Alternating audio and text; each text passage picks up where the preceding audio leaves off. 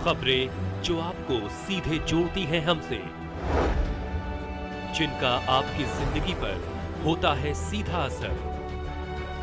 आपके जरूरत की खबर। नमस्कार, आप देख रहे हैं मध्य प्रदेश हलचल न्यूज और मैं हूं आपके साथ मानवी ठाकुर। शुरुआत करते हैं आज की खास खबरों के साथ। मुख्यालय से निकट ग्राम नेत्रा प्राथमिक स्कूल में एक मामला सामने आया है, जिसमें अभिभावकों ने यहां पर पदस्थ शिक्षक पर बच्चों से अभद्र व्यवहार एवं कक्षा में अध्ययन नहीं करवाने के आरोप लगाए हैं। आपको बता दें कि बुधवार को पालकों की शिकायत मिलने के बाद खंड शिक्षा अधिकारी भी नेत्रा प्राथमिक विद्यालय पहुंचे और उन्होंने इस मामले को संज्ञान में लेते हुए अभिभावक एवं संबंधित शिक्षक का बयान दर्ज किया है। वरिष्ठ अधिकारियों के मार्गदर्शन पर कार्रवाई करने की बात कही है। सर, मैं यहाँ पे बच्चों की समस्या को लेकर आई हूँ। जैसे 4th क्लास और 5th क्लास के जो बच्चे हैं, 4th क्लास के जो टीचर है पटले सर, वो क्लास में मतलब वो है तो पढ़ाई अच्छे से नहीं करा पा रहे हैं और क्लास में आते हैं बच्चों के ऊपर प्रेशर डाल रहे हैं, पढ़ा नहीं पा रहे हैं। और सर, ये तो सर की शिकायत पिछले साल से हो रही है कि सर पढ़ाते ही नहीं हैं। क्लास में पढ़ाना उनके लिए नामुमकिन है।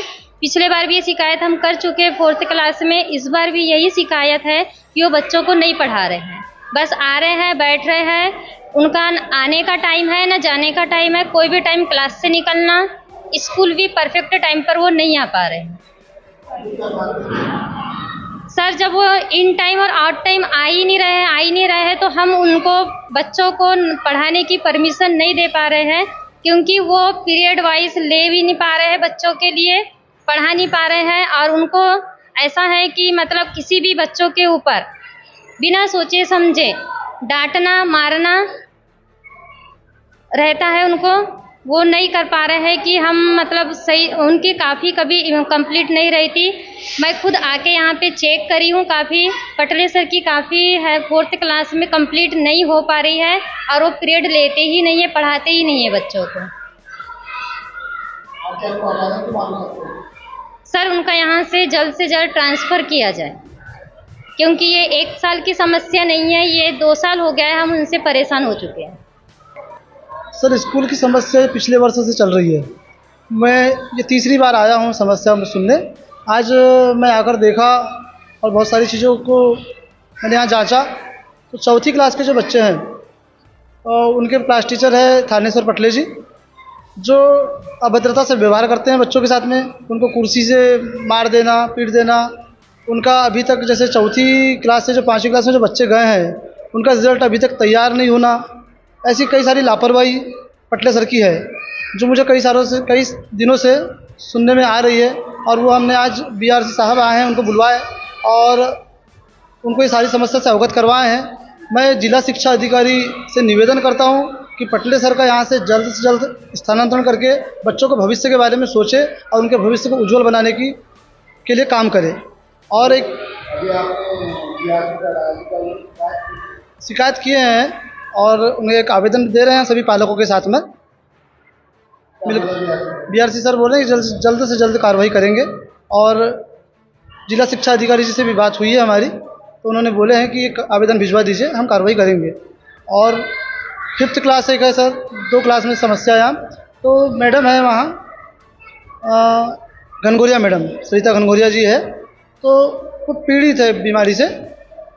उनके बोलने में समस्या आ रही है, ठीक से बच्चे सुन नहीं पा रहे हैं, समझ नहीं पा रहे हैं। मैंने भी बात किया उनसे 10 मिनट, लेकिन कुछ भी मुझे समझ नहीं आया और इस वजह से बच्चों को पढ़ने में दिक्कतें आ रही है।